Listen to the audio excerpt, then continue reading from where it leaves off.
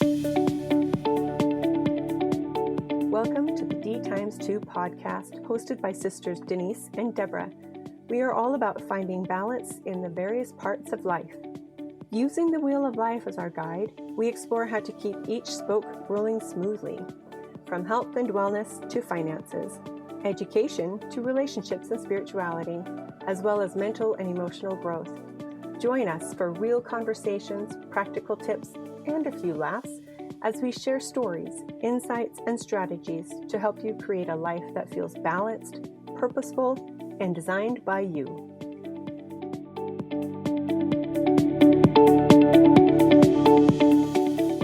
Okay, welcome to the podcast. We're going to introduce ourselves so that you can know a little bit about us and what we're doing. My name is Denise. I'm Debra. We're sisters, and both of us have been on a lifelong health journey. We kind of have a unique background. Our father was a chiropractor and a naturopath, and so we kind of grew up with a holistic viewpoint on life. As I used to say a long time ago, after I left home, I went to college, and I remember calling Dad and saying, "These people just think different." I think we were just raised thinking a little bit differently about the body and what things affect the body. For sure. Yes. So our mom stayed home. She was a stay-at-home mom.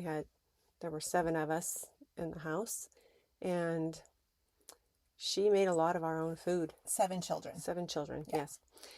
2 parents, 7 children. And she made pretty much everything from scratch. I don't think we had like a box of mac and cheese in our house till...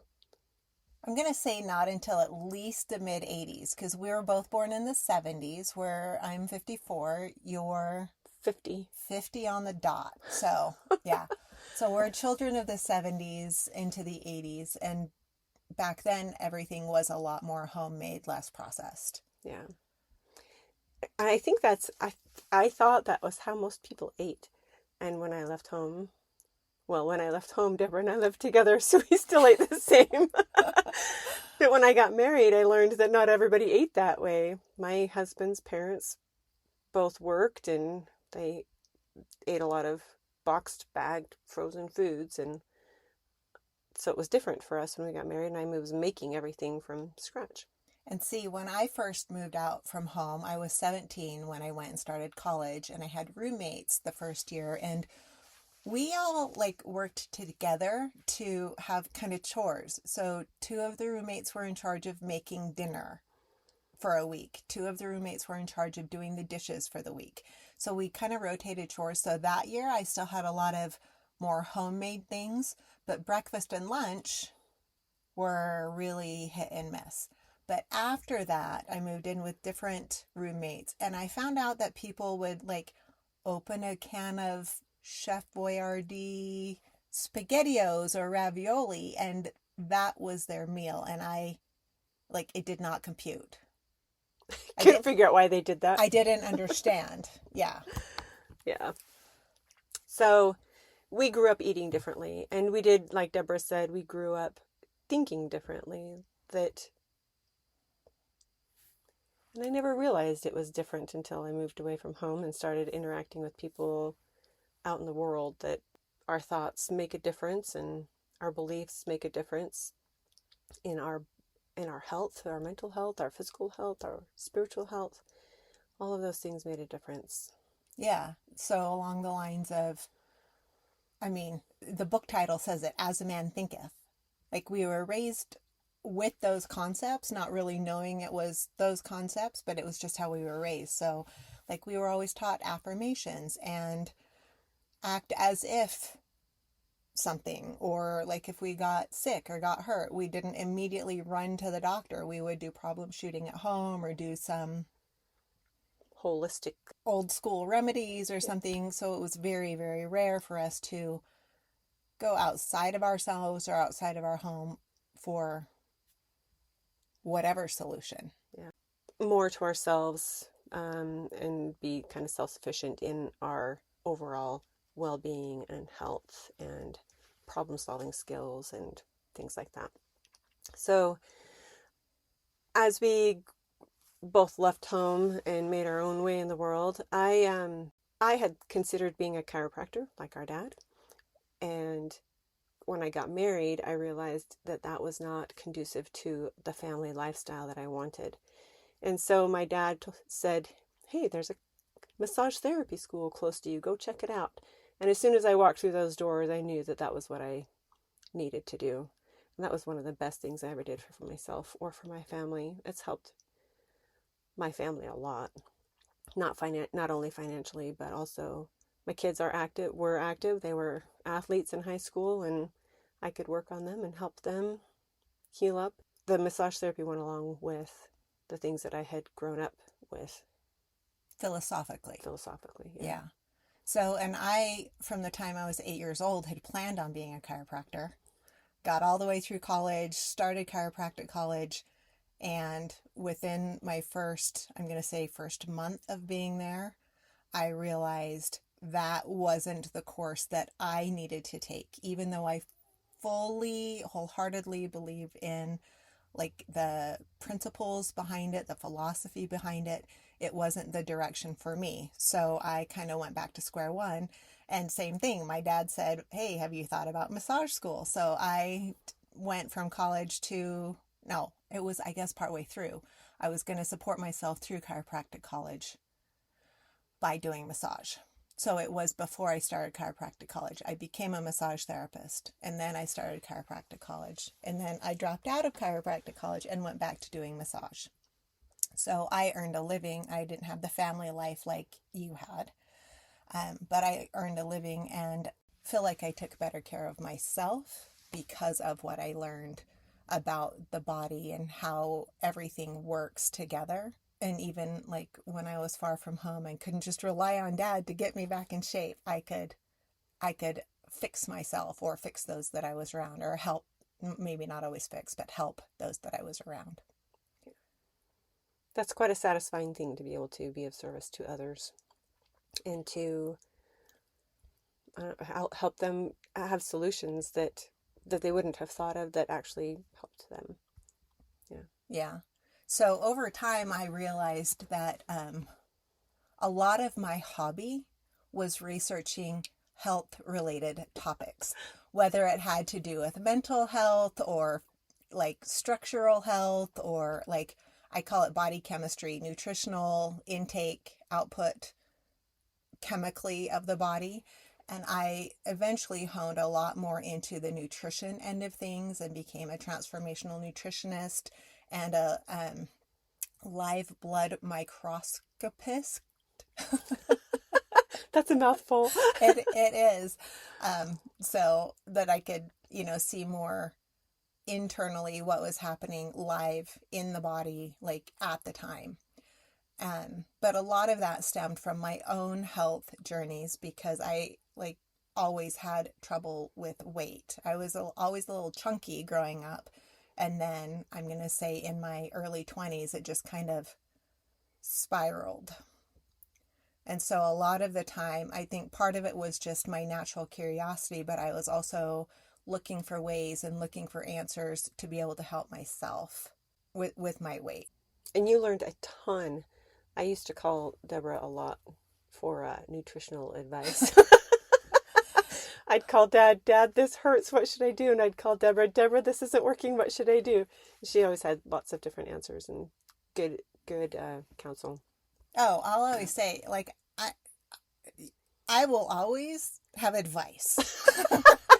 That is something neither of us lacks in. Whether you want to take it or not, or sometimes whether you ask for it or not, I will always have advice, or I will always have insight or thoughts about why something might be going a certain way in the body. But I think that one thing, circling back to the thoughts, I think that a lot of people don't realize the extent to which their thoughts will affect their biochemistry, and how much people's thoughts will also affect how organs are functioning.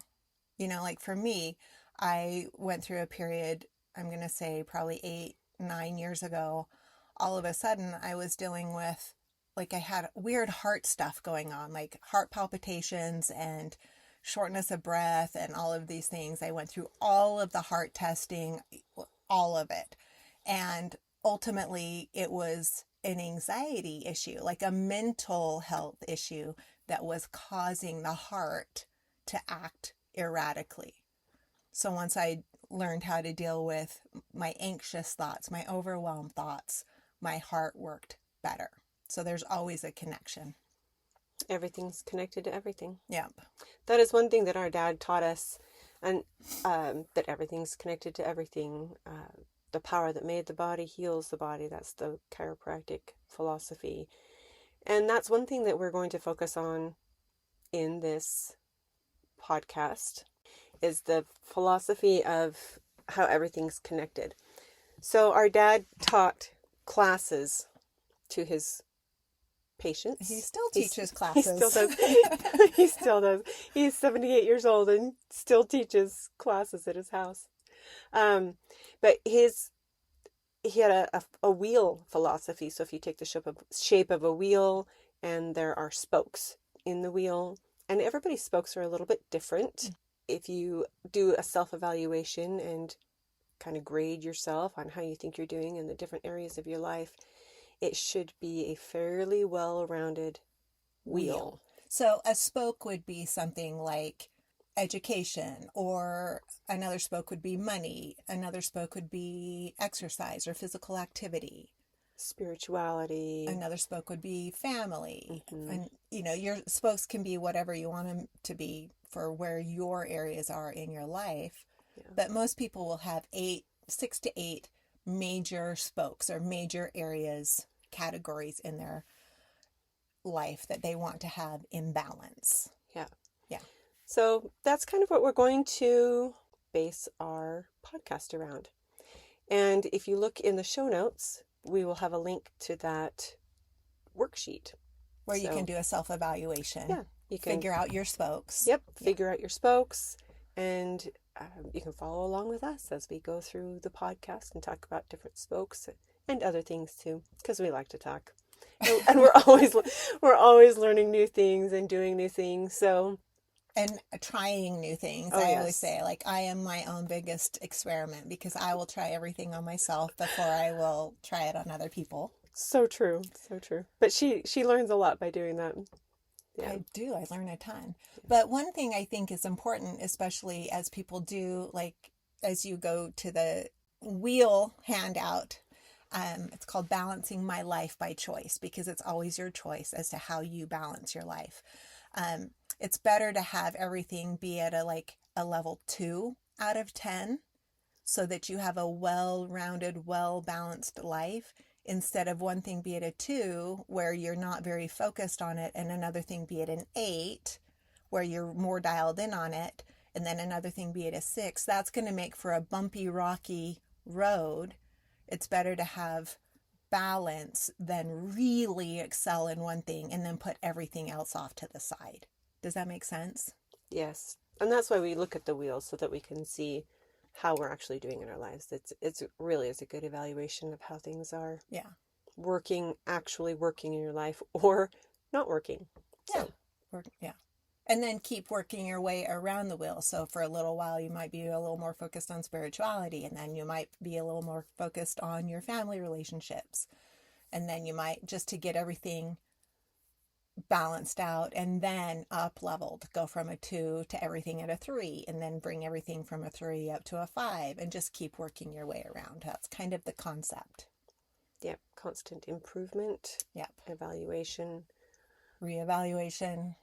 so that your life is always getting better, and so you're not just stagnant, because stagnant is actually backwards. Yeah. So that's the philosophy. So we look forward to you subscribing and following along and giving us your feedback and submitting any questions that you might have, or topics that you really might want us to delve into. Yep. Yeah. Make sure you click on that handout in the description and fill it out. And it's pretty self-explanatory. The directions are on there, but see how your life is rolling. Yep. Yeah. And join us on the journey. Thanks, and we'll see you in the next episode. Bye. Thanks for listening to the D2 Podcast with Denise and Debra. We hope you enjoyed today's episode. Be sure to subscribe and share it with someone who's ready to roll toward a more balanced life. Your support means the world to us. And just a quick note, we're sharing our own experiences and ideas, not professional advice. Always do your own research and talk to a qualified professional before making big decisions. Until next time, keep your wheel rolling strong.